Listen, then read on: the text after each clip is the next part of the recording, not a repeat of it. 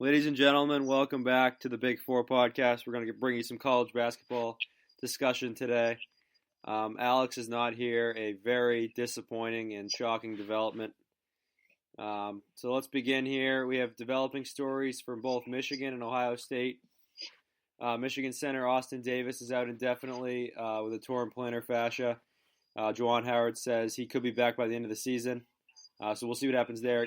And Ohio State's E.J. Liddell is out indefinitely with a non-COVID related illness. So what do you guys think about the impact for both of these teams with these injuries? Well, I'll just talk on the Ohio State one. It's a huge loss. I mean, E.J. Liddell is arguably our best player. I mean, overall, scoring-wise, rebounding-wise, probably just our best player. And I have no idea what it is. They haven't really released any info other than he's out indefinitely so far as we know. It's non-COVID related. So he could be back. He could be back middle of January. He could be out for the year. I have no idea. Apparently Holtman's saying he's working with the medical staff every day. So that sounds like it's not like anything that requires surgery, which is good. But who knows? Surgery for an illness. He doesn't have an illness. Yes, he does. What? Yeah. Since when? I don't know. I saw it. He has a non-COVID related illness. Yeah. All I saw was non-COVID related injury. An illness. Yeah, illness. Oh, maybe it's like junior a couple years ago, Mike.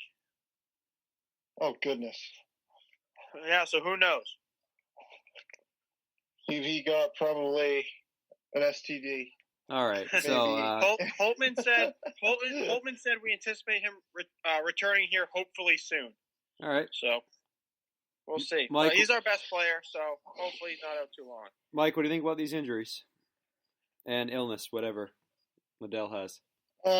It's a blessing in disguise for Michigan because Austin Davis is not a good basketball player. And I think Dickerson, what's his name? Dickinson. He's shown some good things. He's a tall guy who can dunk the ball, and that's something that Austin Davis couldn't. Austin Davis couldn't dunk, even though he was 7 feet tall. So that's a good blessing in disguise for Michigan. For Ohio State, obviously, we don't really know much about it. Is it a transmutable illness that could get other teammates sick? If that's the case, that could be a problem. I'm assuming it's not because, the team hasn't really shut down or anything. I don't know. We'll see. Hopefully he'll get back soon, maybe for conference play in a week. We'll see. Ohio State's still got North Carolina. Who do they play? North Carolina? North Carolina in the CBS Classic there. It's around Christmas time. Yeah, so that's going to be an interesting game. And the Cleveland Cavaliers. Yes. Yeah, Cleveland State. That's a big game. But, yeah, I mean, blessing in disguise for Michigan. And hopefully Ohio State can get him back because I think he's their best player. It's really not even close, to be honest. He's really good. Yeah. I think he's the best basketball player. Like, Kyle Young's up there, but he's not a guy who's going to go out and score 20 points. Yeah, I agree on Liddell. He's their best player, and this is obviously some concerning news, especially when they say indefinitely, and they don't really give a timetable, so it's a little concerning. Hopefully he can come back, but, it's really... Everybody says indefinitely. In college, that's all they say. Nope. They never give timetables in college. So it's definitely a wait-and-see thing here for Liddell, so we'll see what happens. Hopefully he comes back. For Michigan, this is a big blow to our team. Austin Davis is a big-time player. As they said on the broadcast the other night against Toledo. He started the game the other night, and he had our first 10 points. So, great. He played well the other night. And it's really not about having a starting center, because Dickinson is better, and Dickinson does play more anyways. But it's more about the depth, because now Brandon Johns is our backup big man, and we can't pair him with Dickinson. He's a little undersized. So that'll be interesting to see how they handle that when they go into conference play, with Johns coming off the bench as their big guy. Or maybe they bring in the senior. I can't remember his name. The guy who never plays. he's big, but he's Well, not good. he should have kept Colin Castleton, I guess. Yeah, definitely should have kept Colin Castleton. But yeah. So tough break for Michigan. Hopefully Davis can get back by the end of the season because we're definitely going to need that depth if we're going to make a run. But yeah, I just wish him well. See what happens. All right. We got some big news here, and this is a hotly debated topic coming out of Coach K this week, saying that we need to reassess playing college basketball during a pandemic. What do you guys think about his comments? Oh, hold on, Chris. Before you say anything, the Emeka Egbuka, the 5-star wide receiver, just committed to Ohio State. Let's go as we speak. A minute ago, I just watched the video while you were talking. So that's another. Can't wait for next year when him as a freshman wide receiver puts up 300 yards in Michigan once again. Well, he's got to learn to read first. All right, What? so we're gonna move next to. All right, Luke, what do you think about Coach K's comments? He's so soft. If they were undefeated, he'd be trying to get the whole season. He'd be like, "Oh, let's go to the tournament now. Might as well start it now. You don't need to play this whole season because of COVID. Just play the tournament." Coach K is so soft. If they start losing the ACC, he's gonna be like, "Oh, with COVID, I don't think we can do the ACC tournament. Might have to cancel the ACC regular season and not count it." He's just the softest coach the world's ever seen. I'd like to add, by the way, he's perfect for Duke. Add, by the way, to this headline: Duke canceled their final non-conference game against Gardner Webb. Yeah, what Nate Oates said was so right, so spot on. Yep, exactly. There's really not really much I can add on to that. Coach K, he's always been a sore loser. To be fair, he doesn't lose much, but when he does, he's always been a whiner and a complainer. Paying the refs. He's been known to do that. He's been known to pay his players. So yeah, not great. But if my team sucked, I probably wouldn't want to be coaching it either. So you got to take that into account also. Yeah. So, like 3 months ago, he was talking about how the NCAA couldn't go another year without an NCAA tournament, and now he wants to reassess playing. So that's interesting. And I was also hearing this from John Rothstein earlier. I was watching a game, and he was on. He's the best. He was on CBS Sports Network at halftime, and he was talking about how players, coaches, teams, it's their decision if they want to opt out. So if Coach K doesn't want to play, doesn't want to coach, he thinks it's not. He thinks it's bad for his team to be playing, then opt out, stop playing. So I don't really understand what his comments were to be for, other than to make excuses after they get smacked by Illinois on national TV. So it was an embarrassing look for Coach K, and I agree with you, Luke. Nate Oates. And they lost to Michigan State like the week before that. Yeah. Nate Oates is right on the money with what he said. We should be playing basketball. So I was happy that somebody spoke up and said something. All right. Let's move into our big topic here. The Big Ten ACC Challenge wraps up for now, depending on Wisconsin, Louisville, Michigan, NC State rescheduling. As a 6-5 victory for the Big Ten. 6-5? Yes. They lost 3 games yesterday? They lost every game after they were up 6-1. They lost 4 games. That's ridiculous. So you guys can talk about whatever games you want to talk about. I know, Luke, you probably want to talk about your team. But go for it. Yeah, a big win against Notre Dame. Not because Notre Dame's a great team, but just the way we played and how resilient we were to come back after being down for most of the game. After a bad first half, come back with a very strong second half against Notre Dame. E.J. Liddell, apparently Holtman chewed him out at halftime, and then he came out and scored like 17 points in the second half. So I think overall it was a great win for the team. It also gives us some situational basketball, being late in the game in a close game like that. Great game for Arns. He was 4 for 6 from 3, 12 points, played 20 minutes off the bench. And a good game from Jallo. Musa Jallo's, I think it was his first game back. Might have been his second game back. But first game back playing full minutes. He got 22 minutes, and he looked great on defense. And he scored 7 points, which, he's more of a defensive guy. But, he was active on offense, which was great. And hopefully Liddell can come back, and maybe we'll get some of these freshmen in the game a little bit more and try to get them some developing against Cleveland State. But that's the one thing I'm kind of nervous about this team is we don't have a ton of depth right now, especially with Liddell out. Hopefully Towns can get. I don't know if get back's the right way, but get into the fold here in the next couple weeks. They say he's day to day, week to week, so we'll see. But yeah, 5 guys in double digits. Good comeback. We shot 47% overall and 48% from 3, which is a big improvement. I think we're a good 3-point shooting team. Our defense needs to improve a little bit. Notre Dame shot over 50%, but I mean, I'm glad we showed we could score. That's been our problem the last few years. We've been able to play great defense. We just haven't been able to score. We showed it against Notre Dame. We'll see if we can continue it the next couple of weeks.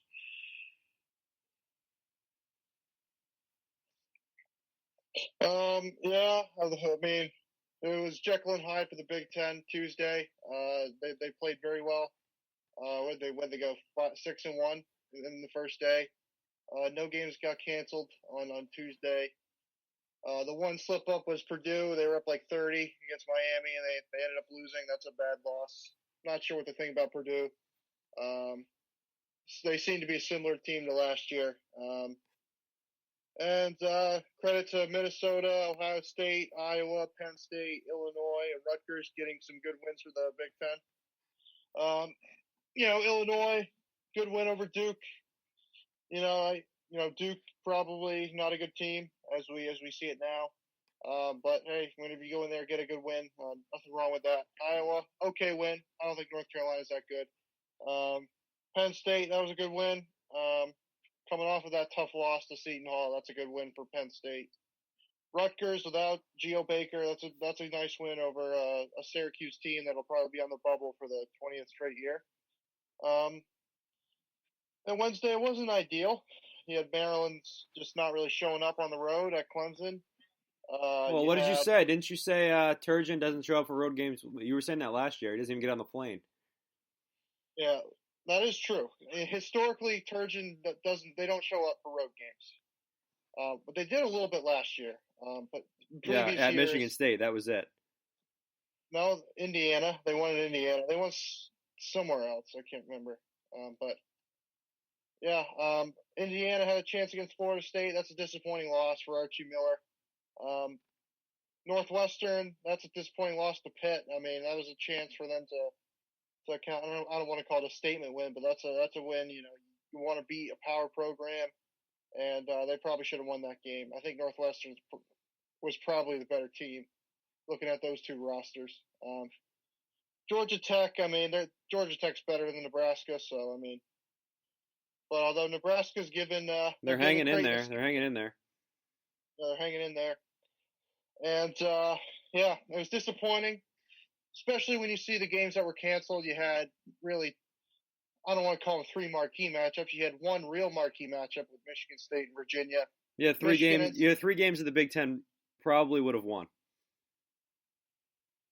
Yeah, that's a decent point. Michigan and NC State, that's an intriguing matchup for both teams. Too bad that was canceled. And then the Louisville-Wisconsin game, which is rescheduled, but that's not really going to count towards the ACC Big Ten Challenge, even though I'll count it. So if Louisville wins, it'll be a tie. But anyway, I mean, a little disappointing, especially for Michigan State. I mean, you get on the plane, you travel all the way there, and they tell you at midnight that the game's off. I mean, that's kind of weird to me. I mean, why wouldn't you test the Virginia players before Michigan State got on the plane? I just thought that was a little weird. But, whatever. If that game can't get rescheduled because of the 14-day automatic mandatory quarantine for Virginia. So we'll have to find another non-conference opponent next week. We'll see who it is. Hopefully we can who wants to play? Doesn't matter. Well, Tom Izzo, I know he doesn't have a Twitter, but Michigan State should get on there and they should start pulling the Mike Bray and asking for opponents. Maybe we'll play Michigan in non-conference season. Yeah, we need an opponent. We're off for a week after Penn State, or almost 2 weeks. Yeah, so I wonder. It's probably just going to be it might be Central Michigan. Who knows? It'll probably be a crappy team. Yeah. But I wonder what the hell the NCAA is going to do, like the committee, because with all these cancellations, it's hard to tell. I mean, obviously you got to reward the teams for playing good schedules, but how much can you penalize teams for not playing good schedules? I mean, it's going to be weird to see what they do. Okay. So yeah, the Purdue game was really disappointing. I picked Miami because I knew Miami is the better, and I knew Miami was the better team, and I see Purdue blowing them out, and I couldn't believe it. And then just like that, they completely collapse. I just don't think Purdue is a very good team at all. They can't shoot. They're not good. They're not a good team. I don't know what Stefanovic only took 5 shots in this game. That has to change because he's a good player. But anyways, other games, Minnesota. That's a disappointing win, but they did get the job done. BC is horrendous. They are awful. But Minnesota gets the job done. Good win, I guess. I was really impressed with Iowa. We'll get to them in the next segment. I won't talk about them too much, but that's a good win. Ohio State, I guess, not great on the defensive end against Notre Dame, who's not really that good of a team. But, okay. What's his face was compared to Larry Bird on the broadcast. Oh, yes, of course. But, solid win for Ohio State. Really impressed with Penn State. Virginia Tech, I guess, is probably a tournament team. They beat Villanova. So that was a good win for Penn State. Illinois, no surprise, destroys a bad Duke team. We'll also get to Duke later. Talking about the Blue Bloods a little bit. And then Rutgers, they did what they needed to do. Syracuse, without their best player, just shorthanded. Credit to Jim Boeheim for having his team in that game. And Rutgers didn't have their best player either, so no excuses. Well, Buddy Boeheim is more valuable to Syracuse than Geo Baker is to Rutgers. Okay, you're on absolute crack. Mike, Syracuse's roster is horrible. They can't afford to lose. The best closer in the Big Ten. They didn't have him. Yeah. First team all Big Ten. Geo Baker's better than Buddy Boeheim, but Buddy Boeheim is more important to that team. Not true. Yes, it is. Because Syracuse's roster is horrible. They can't afford to lose those guys. They can afford to lose Buddy Boeheim. He's their best player. They run the same. It's not like their defense changes. They run the same thing. Well, it's not offensively. Okay, it's not like they run offense at Syracuse. No, they run great offense. All they do is give it to one player and hope and pray he can make a random shot. Nope. It's what they did against us in the tournament. Just can it to Ty Spattle, have him take a step back 3. I think he made 2 of 30, but that was enough to win the game. Still scarred from that game? No, actually, because our program has never looked back since then. Yeah. Okay. Maryland sucks. They're not a good team. They're not going to make the tournament. According to Luke, they're a top 3 team in the Big Ten. So. Yes. No, I think they'll be a bubble team. No, they're bad. I think Clemson's pretty good, but Maryland is bad. No, I think Maryland's not bad. They got scores. They got talent. They lack in size. They don't really have that big man that you worry about. But they can get on a hot streak and they can scare a couple teams. Indiana. I mean, no shame in losing to Florida State, but that's a game they could have had and probably should have had. They get blown up by Texas early.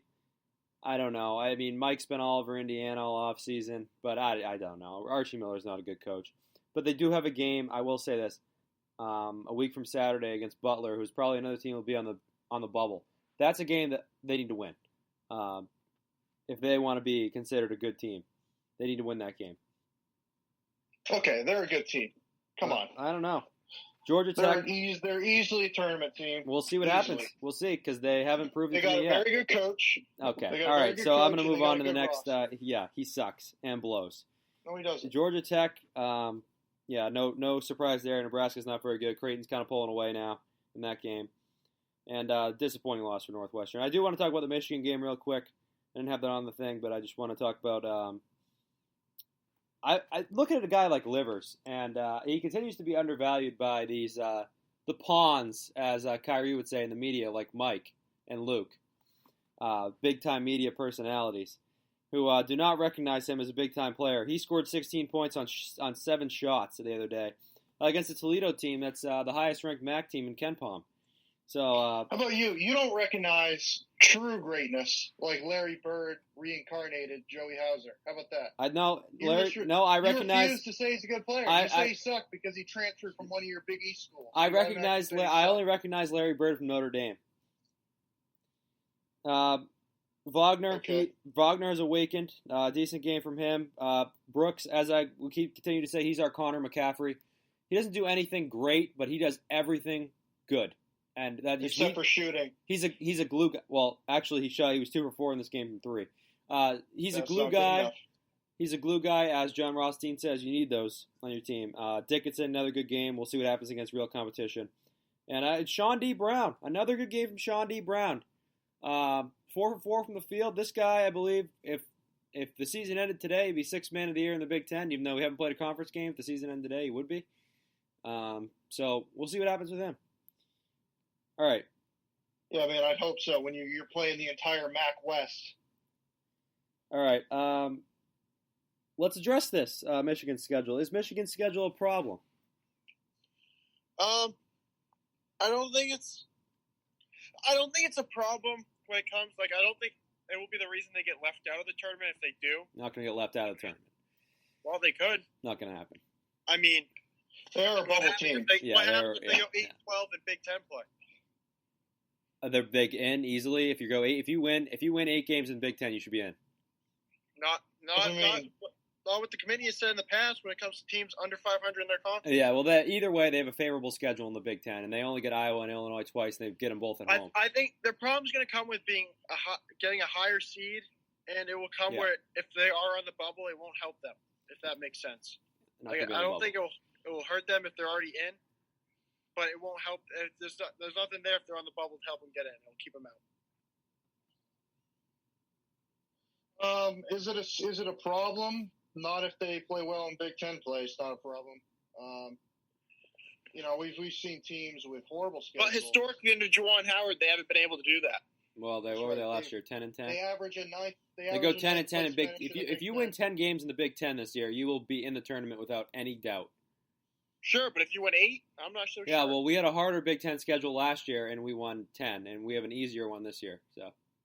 Well, you finished 9th place in the conference. Well, if you finish 9th place this year, you're going to be in the tournament.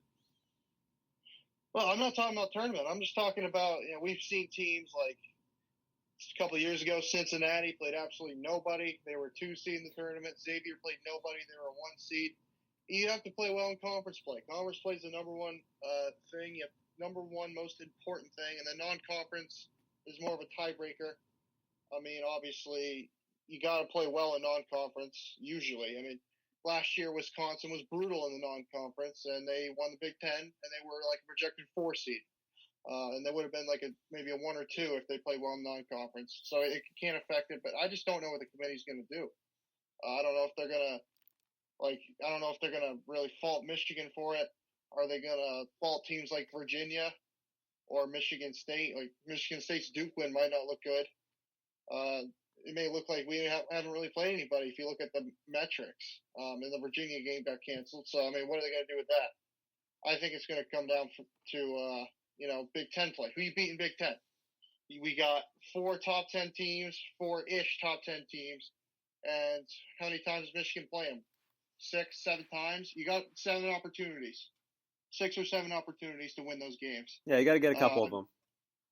Got to get, a couple of them maybe. And then if you're Michigan, you'll be a 4, 5, 6 seed in the tournament.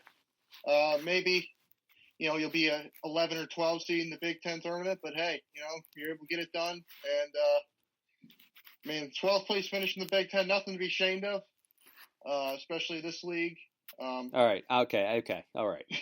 So I'm gonna take over here. I think just looking at what a lot of other good power conference teams have done, and they've scheduled good opponents. There's a lot of games that were played at Bubbleville between power conference teams. It doesn't even have to be like we don't have to go out and schedule like Baylor. We just schedule a power conference team. I'm really disappointed that we didn't do that. And when you look at our Big Ten schedule, it's not very difficult in comparison to what most other teams have to face. We only get Iowa and Illinois once, and we get them both at home. We get Michigan State and the other team, Wisconsin twice, and we only get Ohio State once. We only get Rutgers once. So the schedule is not that difficult for Michigan. So when they have those games, I think they're going to need to take advantage of it if they want to be a higher seed in the tournament. I don't think there's any doubt they're going to make the tournament, like Luke was saying. But I'm just saying, if you're on the bubble, not going to be on the bubble. Clip If that, Michigan Mike, goes so when they're on the bubble. 6-14 in conference play. Yeah, all right. So, yeah, I mean, And here's my problem. Why? Okay, I understand Michigan's got this random conference game on Sunday, but why on earth are they only playing? How many are they ended up playing? Did they end up playing 5 non-conference games? yeah. Why 5? When the maximum allowed is 7, why would you only play 5? I don't know. I was going to say, I'm wondering, because we don't play until Christmas Day after the game on Sunday.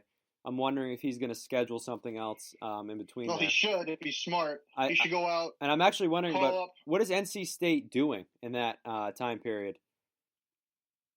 That's ACC conference play starts up. I'd like to know if they have any gaps there in their schedule. Let's take a look here. See if you can schedule Duke. Duke's off.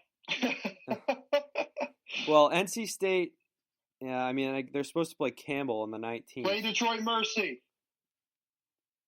You know what? Detroit Mercy might end up being the best team on our schedule by the end of the year. Looking at how they played. All right, so that's enough of this topic. We're going to move on here to our next topic. Rivalry. You got to play your rivals, Chris. We're going to talk about come on. Iowa's win over North Carolina a little bit more. Did Iowa prove their ranking and prove to be the best team in the Big Ten? No. Okay. Is that all you have to say? They can't play defense, Chris. They don't play defense. I'm just asking a question. I'm trying to facilitate. Yeah, well, they just don't play defense. They're just not. They're an overrated team when it comes to tournament time.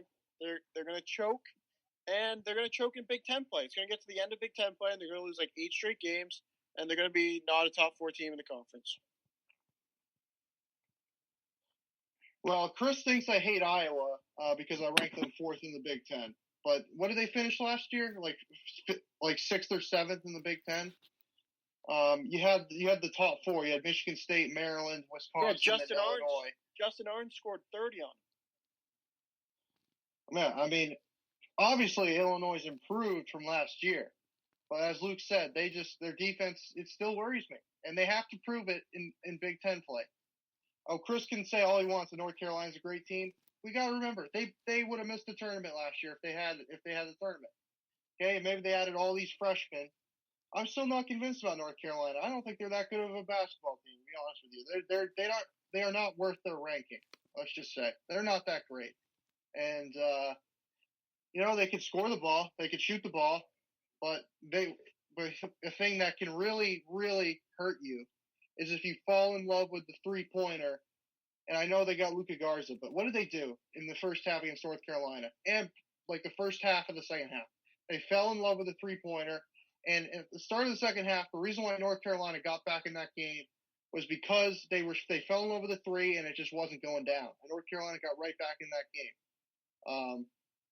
And they're good at the 3, but against good defensive teams like Michigan State, like Illinois, like Rutgers, like even Purdue. Purdue's given them trouble over the past couple of years because they struggle against good defensive teams. And I guess we'll have to see when they play a really good defense. We'll see how they play. I'm not convinced. They're the 4th best team in the Big Ten, in my opinion, but I wouldn't put them in the top 3 right now. Yeah. They can see. They can do it on a nice night at home, but can they do it at a cold, stormy night in Indiana? I don't know. With no fans, okay. I don't know. Can they do it at a cold, stormy night? Purdue's going to open the roof when it's raining. Yep. Yeah. Can they do it in a cold, stormy night in wherever Purdue plays? West Lafayette. I'm not so sure. Okay. So Iowa's a really interesting team. And I'm looking at their Big Ten schedule, and it is similar to Michigan's in that they start off. This is the sound of Chris choking on Jordan Bohannon. Okay. They similar to Michigan in that they start off with very winnable games, and it progressively gets harder as it goes on. And their schedule's not easy. They have a tough game tonight. I will say that, and that is why I've been talking about the last month or so why I think Wisconsin will win the regular season championship. But I still think Iowa's the best team. And yes, to answer my question, yes, they did prove they were the best team. The bottom Why? 'Cause line they played is, a North Carolina team that almost missed the tournament last year, or would have missed the tournament. listen, they showed flashes of what they can be on the defensive end. We showed flashes against Notre Dame. Okay. They What do you showed. mean, okay. That's two different. You're going to compare Notre Dame to North Notre Carolina. Dame's better than North Carolina. They finished higher in the ACC last year. You can't even say that with a straight face. So I am saying it with a no, straight you're face. not. Okay. So Iowa. What did North Carolina finish like 14th in the ACC? Okay, last year? they're And all of a sudden they're we're a top. crowning their They're the asses best and team. great They're the best team in the ACC. Oh, really? Yes, Are you on crack? they are. Maybe Florida State. Florida State, Virginia. I'll even take the remnants of Duke. All right, them. no. Are you kidding me? Carolina. Let me finish my thoughts. North Carolina State's better than they are. All right. So North Carolina only scored 31 points in the first half. Iowa showed some flashes of what they could do in the defensive end. So it wasn't. They still give up 90 points. So. No, they give 80. Here's the thing. All they have to do. My bad, 80. All they have to do is be an average to below average defense to win. Which they games. have not been able to show. And they haven't been able to do. They were a slightly below average defensive team against North Carolina. That's all they have to do to win games because they're going to score in the upper 80s to 90 in most games. And you look at that's not true. That is true. So let's take a look at what they did here in this game. North Carolina hasn't played defense in 5 years. So let's take a look at what they did in this game. Once they play a team like Rutgers, a team that can actually play defense, let's take a look, see what they did in this game. In trouble. I'd like to finish my thought. Garza was not even great in this game. He came on there in the second half, kind of stabilized them, and that's one thing. Like you say, they fall out of the three. They have Garza to stabilize them because that did happen in the second half. I agree, and Garza stabilized them, and they were able to win the game. So 16-14 for him. Good game. Connor McCaffrey, my guy. This guy did not take one shot the entire game. The ultimate glue guy, Connor McCaffrey, great player. And you know what? The three-headed monster of Frederick, Wieskamp, and Bohannon on the outside is unbelievable. These guys, if you leave them open, it's going in. I think Wieskamp's... They are white. Or they are three things. They are white, they are unathletic, and they are very guardable. That's what they are. When you have a good defensive team, all you have to do is stick with them because they're very slow, and they're very white, and they're very guardable. That's what we've done against Iowa the past 2 years. This is not the same team. We're it's a different team against Iowa in the last 2 years. Congratulations. This is a different team. It's the number 3 team in the country, rightfully so. It's not a different team. They were a very good team last year. Well, I don't know if they're a very good team. They were a fringe top 25 team last year. They were a top 3 team this year. They were a great shooting team last year. But that's a different team. It's a different team. And even the year before that, when they had Tyler Cook, different team. Jordan Bohannon was different healthy, team. they were a very good team. Look at this. Bohannon, and he made a lot of big shots this game. He's a big shot maker. Obviously, Wieskamp, I think he's a top 6 or 7 player in the conference. This guy is just all around a great player. And Frederick might be the best. Chris, you know what this game proved to me? What? It proved to me they're really missing Ryan Kriener's presence. All right, so Ryan Kriener was a very good player. Okay, CJ Frederick might be the best shooter of all of them, and with that, we're moving on because we're not. Jack Nungy's the best shooter on the team. All right, let's move on to the Big 12, Big East battle. We'll give a little update here. You guys can talk about some games. Texas fell to Villanova last Sunday. Yep. Yeah. No, hold on. I'm Texas. just going to. I said this last time. Mike was so high on them. They're overrated. They played one game and they played poorly. Okay. Hold on. Let me just tell you what other games happened. Maybe the game of the year so far. Creighton fell to Kansas in a very good game. Providence defeated TCU. Xavier beat Oklahoma. That's what I got so far. What do you guys think?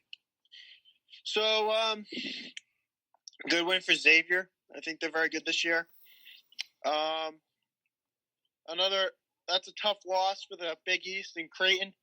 That top 10 matchup, big win for Kansas. Tough loss for Dougie McBuckets.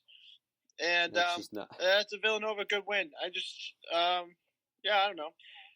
And you had the West Virginia Georgetown game as well. Oh yes, that's right. And so I don't know. It seems like it's been pretty even. Texas is overrated. West Virginia's underrated. I don't know. That's all I really take out of it. Still, I don't think we should take much out of these early season games just because it's so early in the year and there's been limited practice with COVID, no fans. I think it's going to take about a month until we can start taking things out of these games and see what teams are real and which teams are fake. Mike? Are we talking about the Creighton Kansas game separately, or are we talking about that? You talk about this in this segment. Well, Chris, I have a question for you. What was my lock of the week last week? I believe it was Kansas. Did you also lock in that Kansas? Did you also lock in that Creighton would shoot 50% from the free throw line? Yeah, I did actually. Oh, okay. Creighton's not a good basketball team. Right. Well, actually, they're asserting their will right now. They're asserting their will right now against Nebraska. Yeah. Okay. So did Nevada. Well, that's because Nevada's well coached. Kansas against Creighton, I expected a much larger margin of victory, and if Kansas didn't shoot 36% from two, they would have won the game by 20 to 30 points. Because Kansas is a much better basketball team. Creighton has all the accolades, all the great players. Zagorowski, Mitch Ballack, who made about 1 3 in the past 5 quarters of basketball, 5 halves of basketball. And the Mahoney guy, 6th man of the year in the Big East. So great. Their coach, who hasn't been good since his son was there. Great coach. No, they got outclassed by a better team, a better program, more talented, better coach. Not even, the matchup wasn't even close. They got outclassed as they lose on a free throw at the end of the game. My God, the audacity to say something like that. They did. They would have got outclassed if Kansas didn't shoot 36% from two. Kansas couldn't make a layup. They also made every three. They also made every three. No, that's not true. That is true. That's not true. They only shot 49% from three. Okay? And listen, is Creighton a good basketball team? They're a good basketball team. They're a tournament team. Are they a great team? I don't know. They're okay. If they, really the loss of Tyshawn Alexander is really shown this year. If he was there, Creighton would be a much better team. But he's not there. I thought he was coming back. Apparently he's not. He didn't come back, even though I thought he did at the start of the year. But that's okay. Creighton will still probably win the Big East because that's not a very good conference. Villanova. By the way, Villanova, who beat Texas and is in a dogfight with Georgetown right now. Yeah, that's true. And Villanova, got to give credit. I mean, when Texas had a bad game, they were able to take advantage of it. And they played a perfect game. That was the only reason why Villanova won that game. They played a perfect game. No, it's because Texas sucks. No, Texas will be fine. They'll beat who they play in Baylor this week. They'll beat Baylor quite easily. They're a better basketball team.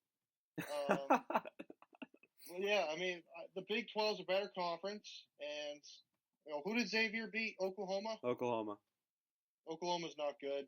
So you expect that to happen. But I expect. Oh yeah. Okay. Would you agree with this? The Big 12 is better at the top. The Big East has proven it is deeper. No, I think the Big 12 is very deep. Oh yes. Okay. Well, Providence handled TCU. Do you want me to count? Do you want me to count the Big 12 teams? I mean, yeah, but Chris. What? Who's the most winningest coach in Big Ten history? All right, so that just doesn't mean anything, and he got punked by Ed Cooley. The winningest coach in Big East history has probably the second to worst team in the Big 12. Well, they got punked by Providence, so I guess that would be why. That would show that, yeah. Yeah. They didn't get punked by Providence. Providence was lucky. They shot like 80% from the field. That's just not true. Just shows that Providence is peaking too early. Yeah, they're peaking. They're 4-2. Yeah. They're peaking too early. Yeah. Let me go to the Big 12 because you don't seem to think the Big 12 is very deep. Well, let me start at the top. You got Baylor. They're the highest ranked team in the Big 12. You got Texas. They're good. They're very good. I think they're a top 15 team. You got West Virginia. They're very good. Texas Tech's very underrated. I think they're still a very good program. Kansas State. What a big loss that was. They're doing well. Who am I missing? Mike, my problem is those bottom 4 teams in the Big 12 blow. They're awful. Oh, wow. St. John's. Oh, they're so good. They're better than Kansas DePaul, State. so good. DePaul. Okay, DePaul would beat DePaul. Kansas State. DePaul would beat Kansas State. I disagree. Okay, yeah, I'm all sorry. right. I disagree with you. Yeah. Well, Kansas State's a bad team. They beat DePaul easily. okay. Well, I'm gonna give my analysis now because you've had enough. Villanova. That's a great win for Villanova. I said they would win the Big East. I kind of think Creighton might do it at this point. But that's a really good win. You say DePaul's winning the Big East? No, I said I thought Villanova was going to, but I said Creighton is going to now. Yeah, Robinson Earl, Gillespie came on late. They got Justin Moore, who's really come on for them as a sophomore. They got some good players. Obviously, they're a really good team. Looks like they're going to beat Georgetown here. They kind of fell behind early. But, Georgetown gave West Virginia a run, too. So, as for Texas, no shame in losing to Villanova. Texas is a very good team. No shame in this loss. So, why are you all of a sudden on Texas? You hated Texas. No, I watched them play in Maui, and I thought they looked good. I've been on Texas for 3 years. I gave you credit. Yep. No, I gave you credit. You were on them. They're a good team. They still suck this year, and 2, a blind squirrel finds a nut every once in a while. As for the Kansas game, the Kansas-Creighton game, the only thing I learned from this game is that Creighton is the better team. They didn't shoot great from 3, and they lost. They lost. Creighton. Well, okay, sorry. So teams. You know what? Never mind. Transitive property is usually right, but in this case, it's not. Creighton shot 33% from 3, and that is their calling card to shoot from 3. Yeah, that's what happens when you play a great defensive team. It proves. Shoot the ball, you lose. Mike, that's just gonna happen to Iowa when they play a great defense. Mike, I'm actually concerned because this was such a big game, and I'm concerned you didn't watch the game to see how many wide open threes they missed. I did watch the game. Kansas is still a very good defensive Ballack, team. who's supposed to be one of the best shooters in the country, couldn't hit water if he was standing on sand in this game. And how is that Kansas' It's problem? not. He didn't. I'm just saying Kansas didn't play great defense. They missed shots. They missed open shots. They did. Well, they didn't play great defense if they knew he was going to miss it. Zagorowski missed some open shots. Yeah, he missed the only open shot that mattered, the free throw. Yeah, he missed the free throw at the end. That game should have gone to overtime. They shot 50% from the free throw line. They make a couple of those, they win. Okay. The only guy that played great was Mahoney. He had a great game. I think he's a very good player. As for Kansas, just look at who Kansas starts. Okay. Jalen Wilson is Jalen Wilson's a really good player, and I didn't know he was this good. Kansas looks like a team that shouldn't be able to compete with a team like Creighton, but they're more talented. Look at the Brown kid. He played Christian Brown. Well. I literally have seen him do absolutely nothing this year, but he finally showed up in this game. No, he's a good player. I think he's going to be like a Matt McQuaid type player for them. I'm high on Kansas. I like that veteran. They're a veteran team. I like that about them. I think just the fact that they're a veteran team puts them above all these young. There's not many young freshman-led teams this year that are actually good. I'm concerned. I'm concerned. They don't have the guy. They don't know who the guy is late game who they're going to go to yet because it's Brown. Coming into this game, Ochai Agbaji was their leading scorer, and he scored 0 points in this game. So I don't know who the guy is yet. Just shows how balanced they are. They're balanced, I guess. I don't know. I'm still not bought in yet. Creighton was the better team. Tough loss. I'm going to move on to the next game. I disagree. Kansas would. Listen, I thought Kansas would win this game 9 out of 10 times. That was the one time Creighton should have won this game. No, that was do it. No, that was the one time Kansas 10 won. 10 out of 10 times. No, Creighton wins that 9 out of 10. Xavier, good win. And I want to talk about my Friars here. Great win for Providence. Good bounce back win after a tough showing at the Maui Invitational. Nate Watson's a very good player, and obviously David Duke, who is one of the best players in the Big East. Probably, I would be surprised if he was back at Providence next year. He's probably going to go to the draft. Great NBA prospect. And as for Jamie Dixon's team, they're not good. He needs to be fired. He's a horrible coach. But good win for Providence. Just shows a horrible coach is the winningest coach in Big East history. Yeah, that's just not how it works. Big East. Okay, let's move on to our next topic. Duke and Kentucky continue to struggle. We talked about Duke a little bit earlier, but Kentucky and North Carolina. Well, we don't know. North Carolina really hasn't done anything yet to show us that. Well, Luke said Texas sucks, and they lost to him. So. Well, anyways, Duke and Kentucky are really the ones that are more surprising to people. Kentucky lost to Josh Pastner this week, and Duke obviously with their struggles. So, what do you guys think about these teams? And are the blue bloods in college basketball falling? Well, my thing about Kentucky is that obviously it doesn't usually happen on this scale every year, but they always struggle out of the gates every year. I think that's been accentuated this year because they haven't been able to practice as much. When you have all these freshmen come in, and I don't think this is the best recruiting class Cal's had. So I just think that's kind of all the problems they're having. They have a ton of inexperience with limited practice, limited interactions, and not as much talent as usual. But I'm not as worried about them. I think by the end of the year, they'll be all right. They'll be a tournament team. They'll be in contention to win the SEC.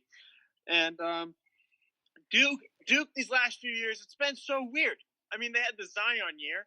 But other than that, I mean, Coach K hasn't really. He's kind of tried to go that one and done route, but then he hasn't at the same time, and it just hasn't really worked. I don't know. I just don't think he has an identity anymore, and he just sits there and he doesn't coach. He's a horrible coach, and he's just bad. I don't think the problem is the fact that they're blue bloods. I think the problem is they're just poorly built rosters, especially Kentucky. I have no idea what the hell Calipari's building there. I understand what he tries to do every year. He wants to get the top guys, which he gets, and he wants to send them out, make him some money in the NBA, which I respect. I respect that mentality. But at the same time, you got to get those 3 and 4 year players once in a while to kind of help to, be those role players because, Kentucky, all they have is just they have basically 5 slashers on the court that try to drive, and they have no shooting at all. That's not good roster. It's just not a good roster. I mean, it's a talented roster, but it's not built correctly. It's not built in the right way to win. Now, Luke is right because last couple of years especially, Kentucky's gotten off to rough starts. Last year especially, they lost to Evansville. They lost to Utah. They lost to was it Ohio State? I think it was Ohio State they lost to. Oh, maybe. Was it? In Las Vegas? I don't remember. They played somebody in Las Vegas and lost. Might have been UCLA. I don't know. No, I think it was Ohio State. No, I think you might be right. Yeah, so they don't really start out the year great, but it's going to get better. I agree. I think they'll. The SEC's not very good, so they'll probably do pretty well in that league. But I see them as just like a seven seed, like one of those 7 seeds that you're afraid to play. I'll give. The other problem with Kentucky, I think, is they always end up starting out the year ranked too high. I think everyone just has massive expectations for them every year. Yeah. And listen, Calipari's gone to a Final Four. He's gone to a national championship with an 8 seed. So I mean, he's done it before. But that just, in my opinion, that's kind of where he is. Duke, listen, I'm not as concerned about Duke as I am Kentucky. I think Duke's got a better built roster. It's still not great because the shooting's not there. Wendell Moore's been a disaster at the start of this year. Joey Baker's been a disaster. They need their veteran players, which they have a couple of them. They need their veteran players to step up, and they haven't stepped up this year. And their freshmen, they got some decent freshmen, but I think they're wildly overrated. Jalen Johnson, he's okay. He's decent. I think he's a good role player, but you can't ask him to be your star player. And DJ Stewart, all he does is just chuck up shots. He's not been very efficient. The Roach kid's okay. But Jordan Goldwire, I mean, why? What are you expecting out of Jordan Goldwire? I mean, I don't know what you want from him.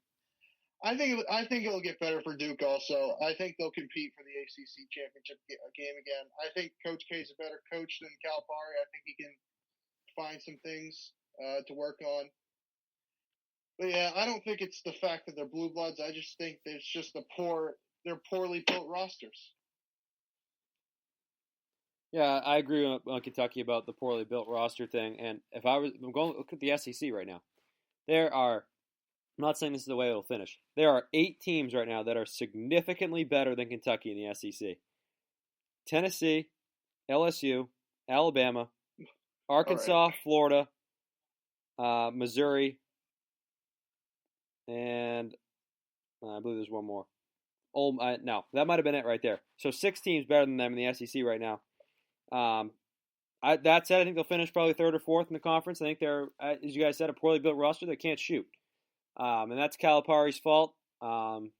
He's not a good coach in terms of X's and O's, and that's shown. He got coached by Josh Pastner, so that's not good. As for Duke, I'm very concerned about Duke. I just don't think they're very good at all. You got, like Mike said, Jordan Goldwire. I mean, come on. He's horrible. Jalen Johnson's overrated. Matthew Hurt's the leading scorer, and the guy sucks. So Matthew Hurt, he's been the bright spot. He's actually played. I just don't think he's very good. I mean, Stewart, okay. Wendell Moore, okay. Like, I just don't think they're very good. They're obviously poorly coached. Coach K, not a great X's and O's coach. I'm worried about these two teams. And in terms of the flaw of the blue blood, we obviously have these two teams. We have Carolina, who's not.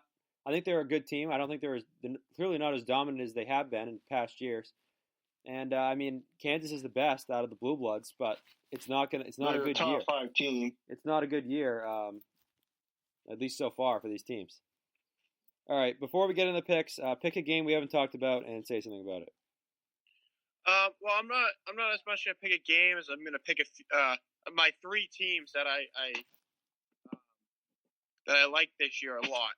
First off, I want to start talking about Richmond. They had 2 games this past week, Wofford and Northern Iowa. They won both of them. They're now 4-0. They beat Kentucky, which, I mean, it's not looking like as great as a win now, but I mean, it's probably a top 25 team at the end of the year, and it's a Power 5 or Power 6 win, which when you include the American. And they have the game on Sunday against West Virginia coming up, which is going to probably be the game of the day. Maybe if not the game of the month, if not the game of the year. And my thing about Richmond, I know it's early, only 4 games in, but they have 8 guys who play over 10 minutes a game, and they have 5 guys who average double figures. I just think they can score well. They play decent enough defense, and they're in a good conference, which is the A-10, and I just like them a lot. The next team I like a lot is West Virginia. I think Bob Huggins, I mean, they've had a couple down years the past few years, maybe 2 years, but I think Huggins has got him back now. He's still doing his press, and they're 5-1. They're they're number 11 in the country, but I think they're a top 15 team. They beat Georgetown. They lost to Gonzaga by 5, and they've beaten everybody else. VCU, which is a decent win, Western Kentucky, which is all right, and South Dakota State, which I don't know how good they are this year. But I think they're going to be a good team. And my last team, they are a Big Ten team, but I've gotten really strong on them, really high on them the last week or so after Maui, and that's Indiana. I love Indiana. They had a 2-point loss to Florida State. They lost to Texas earlier, obviously, but Texas got their stupid little Maui bump. The Maui bump. Good. Yeah, but Indiana's the real good team coming out of Maui. They beat Providence, and they beat Stanford, who's going to probably be a top 3 Pac-12 team, and they only lost to Florida State by 2. But what I really like about Indiana this year is their metrics look fantastic. Archie Miller, I think, is the last 3 days I've gotten really high on Archie Miller. I think he's one of the most underrated coaches in the country. I think he's brought in this pack line defense, this Tony Bennett type of defense, and right now they've improved every year since he's gotten there on defense and on offense by every metric. Luke. What? They've never made a tournament under Archie Miller. Well, this is the year. An NCAA tournament at the University of Indiana. He has never made a tournament. Indiana was a mess when Archie Miller took over. I don't care. It's Indiana. He's building a culture there. They're going to make the tournament this year. And this is my guarantee. I was thinking about this last 5 minutes whether I want to guarantee this or not. But my guarantee this year, I guarantee it. Whoever wants to go put money on it, they should do it right now. Just don't say you did it for me, because this is just a warning. But I'm not liable if you lose whatever. Indiana Richmond, and West Virginia, all second weekend teams this year. That's my guarantee. Sweet 16. The second weekend of the NIT? Nope, second weekend of the NCAA tournament. All right. Luke, I'm high in Indiana also. I'm high in Archie Miller. People can be down on Archie Miller all they want, but as Luke says, his teams have gotten better. That's what you want to see. They get better each year. Not enough. He's at Indiana. He's not at Georgia Tech. He's at Indiana. Indiana, give me a break. It doesn't have Chris, the prestige as some of the other schools. When you walk, I guess in the Midwest it does, but when you walk into one of these big recruits' houses, Indiana, they don't care. This is Archie Miller's biggest brand in the Big Ten. You need to remember what has Indiana done the past 20 years? I don't really care. Not much. I mean, they've had a couple of highly ranked teams under Tom Crean. This is Mike. This is the Jim Harbaugh argument right here. Like, they can't get better, so they should have Archie Miller. No, it's Jim the University of Harbaugh's Michigan and it's the University of Indiana. They're improving under Archie Miller. They've never made a tournament. It is the Indiana. You have to make the tournament. They were going to make it last year. Well, they didn't. They missed it. Yeah, so your argument's just dumb. Your argument's just dumb, Chris. They missed the tournament last year. Archie Miller is here to stay. He's going to be building. Well, listen, Indiana's the best job in the Big Ten. I think we can all agree on that. Well, no, Mike. Actually, never mind. I think they were number one. But I actually wanted to talk about that real quick. Just get your reaction to that. The thing I sent you the other day about the Big Ten coaches ranking jobs in the Big Ten had Michigan State ahead of Michigan. Yeah, well, I don't think that thing took brand into account enough. I think brand's the most important thing. I mean, you got to have the facilities, you got to have the recruiting base, and Michigan doesn't have Michigan State similar recruiting bases. I think Michigan has Detroit down a little bit more than Michigan State does, just based on the brand. It all comes down to the brand. If Michigan's got a higher brand. No, Michigan State has a better brand. So that's an argument for another day. But continue what you're going to pick a game. Well, I wasn't going to pick a game. I'm just going to pick a team. I'm going to pick a team to watch out for because I feel like even though Houston's a top 10 team, I'm not going to say they're my team, but they're going to be a team. Well, they have Kelvin Sampson as a coach. They'll pay their way to the championship. Yeah, they're a team I feel like people are just going to forget. They're going to be one of those teams where you look up in March and you see they're a 2 seed in the NCAA tournament and you're wondering how the hell did they become a 2 seed? They're like, remember a couple years ago when Cincinnati was a 2 seed? Yeah, you're never going to let go of that, are you? You're never going to let go of them being ahead of Michigan State. You're never going to let go of that. They had one of the worst. They had like the 300 rated non-conference schedule, and they got a 2 seed. It was ridiculous. But anyway, that's not the point. The point is, Houston, they played some tough competition. They played a good South Carolina team, which I'm sure Chris believes is better than Kentucky. They played Texas Tech, and they beat them pretty good. But yeah, they'll just kind of fly under the radar because they play in a not a great conference. I don't think the American's going to be that great this year. A couple years ago, they had like 4 or 5 tournament teams, but I'm not sure. Maybe Cincinnati will be a tournament team. We'll see what happens with them. But yeah, they'll fly under the radar, and they'll have a chance to go deep in the tournament. So that they're just a very interesting team to watch and see how they do. Okay. So my game comes from the Big 12. Kansas State. Great game for Kansas State against Fort Hays State, Division II team. Who, Mike, I believe you said they were like close to last in their conference. Well, they had played 3 games, and they lost all 3 of them. Yeah. So then they go up to Division I and play Kansas State. And not only do they win, they dominate Kansas State. Well, it didn't count. It doesn't even count towards a win. It was a scrimmage for them. Yeah, I mean, that's tough. They should get an automatic 1 seed in the division. Division 3 or Division 2? I think they're 2. I mean, not that it matters. Shouldn't matter for Kansas State. Bruce Weber needs to be fired. This is absolutely embarrassing. Are you kidding me? No. Yeah, this is embarrassing. No.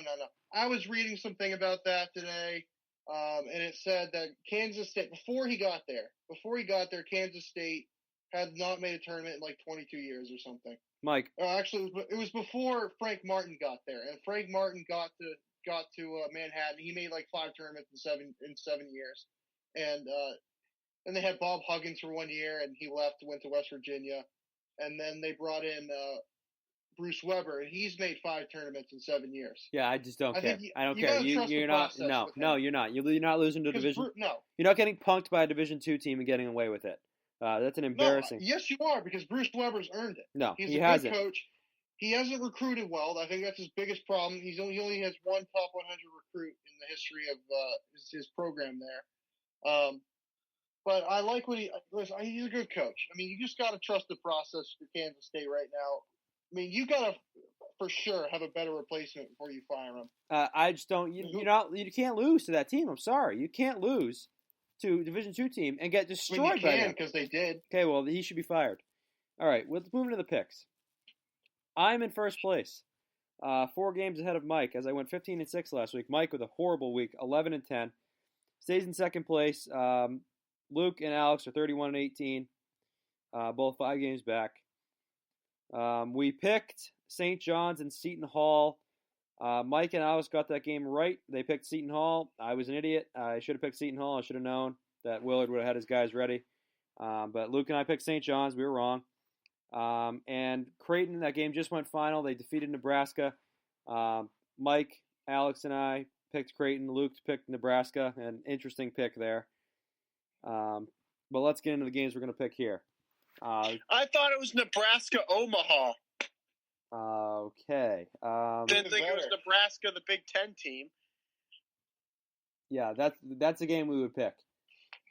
Well, it's a Big East game, so I assumed you put it on there. Well, yeah, I was waiting for a reaction out of you guys. You said earlier in the week it was their biggest rivalry game, so I assumed it was Nebraska Omaha. I was waiting for a reaction out of you guys when I said St. John's and Seton Hall was our first pick. But anyways, our first game to pick on here, big rivalry game about to tip off. Iowa State at number 3, Iowa. I'll take Iowa. I'm going to take Iowa as well. Yeah, I'm going to take Iowa. I think they're going to win this game big. Marquette at UCLA.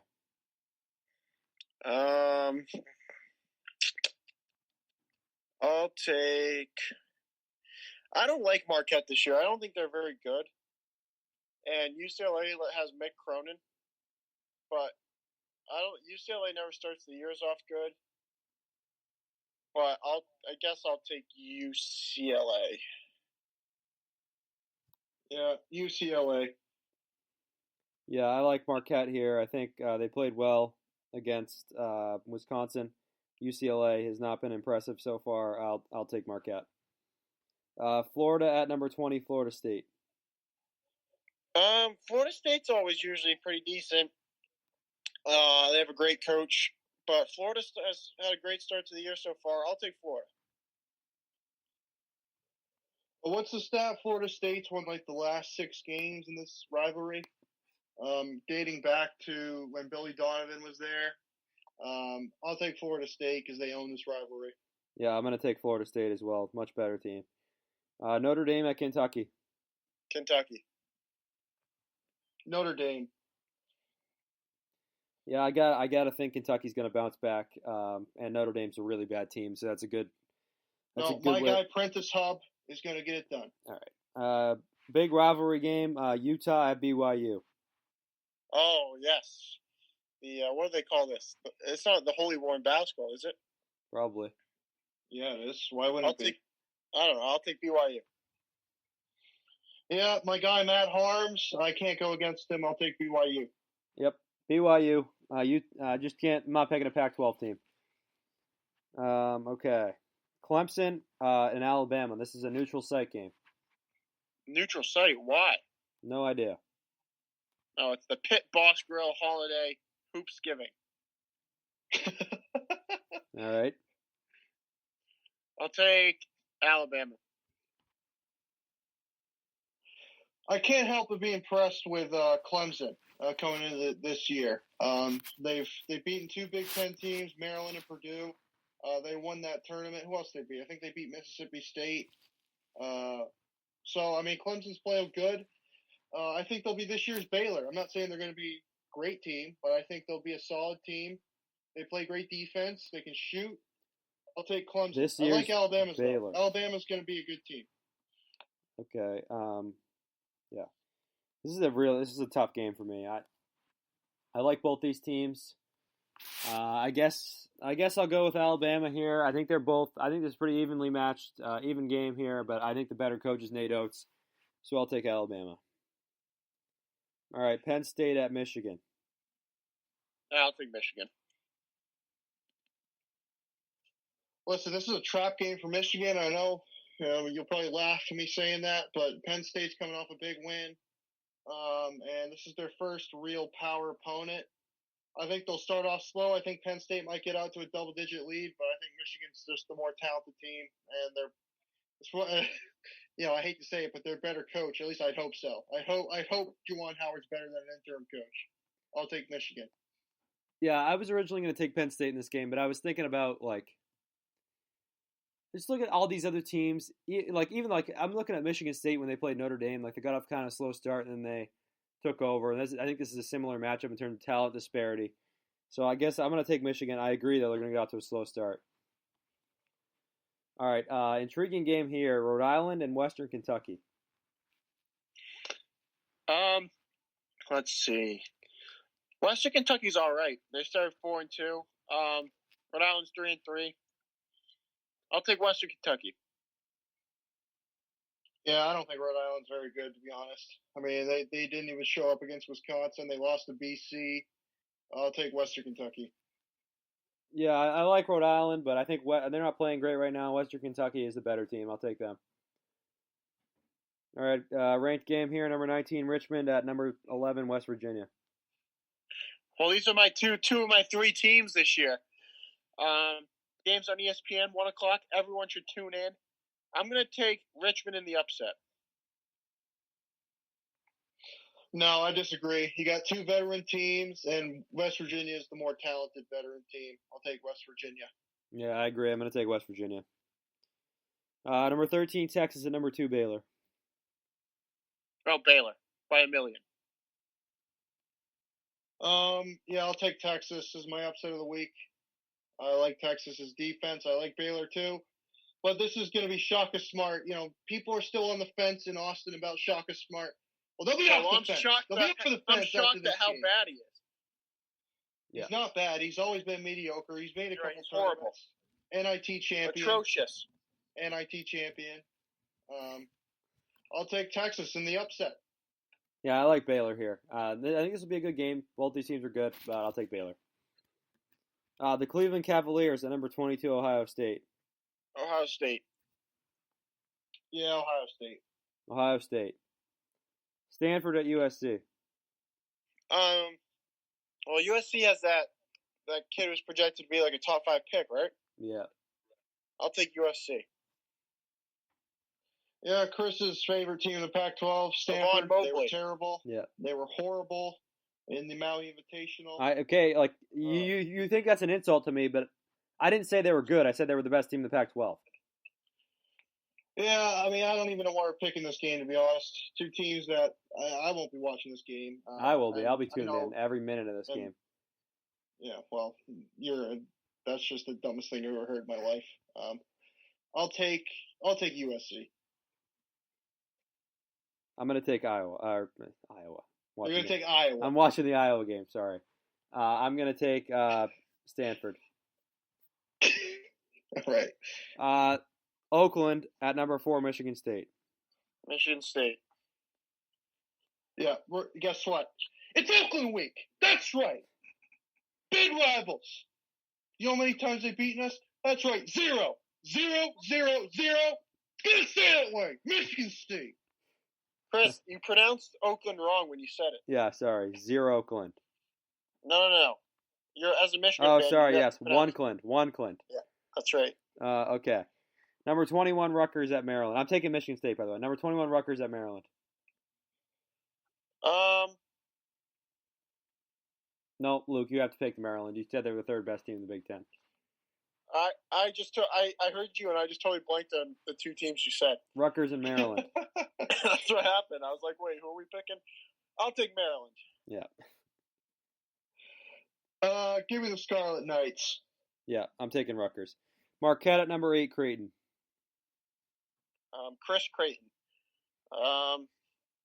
I'll take Creighton. Oh, wait. What is the game? Marquette at Creighton. Why the hell are we picking this game? Because we pick games between tournament teams. Oh, okay. Big East tournament teams. Yeah. I'll take Creighton. I'm going to take Creighton. I think it'll be close, though. Yeah, thank God we picked that game. Yeah. Thank God. Butler at number 9, Villanova. Oh, my God. This is even worse. Yeah, can we start refusing to pick these games That'll again? be a no pick, and that'll be a loss. Listen, I'll take Villanova. At least in the past, like, if it was Villanova at Butler and there were fans, like, you could say, oh. Yeah, well, there are no fans this year, so that's my excuse to put more Big East games on here. That doesn't even make sense. Yeah. Doesn't even make sense. Nope, makes sense. I'm gonna take Villanova, and I'm gonna take Indiana to beat Butler. Okay, well, that game is just not being played this week, so. Villanova. I'm just saying, in the Crossroads Classic, one of the greatest tournaments of all time. Okay. It is. It's a very good tournament. All right, we got 2 minutes left in this meeting, so let's speed up the picks here. We got 4 left. Mike, Or get a new meeting. make a pick. I already said Villanova. All right, I'm taking Villanova. Number 22, Ohio State at Purdue. Ohio State. Ohio State. Ohio State. Number 10, Duke at Notre Dame.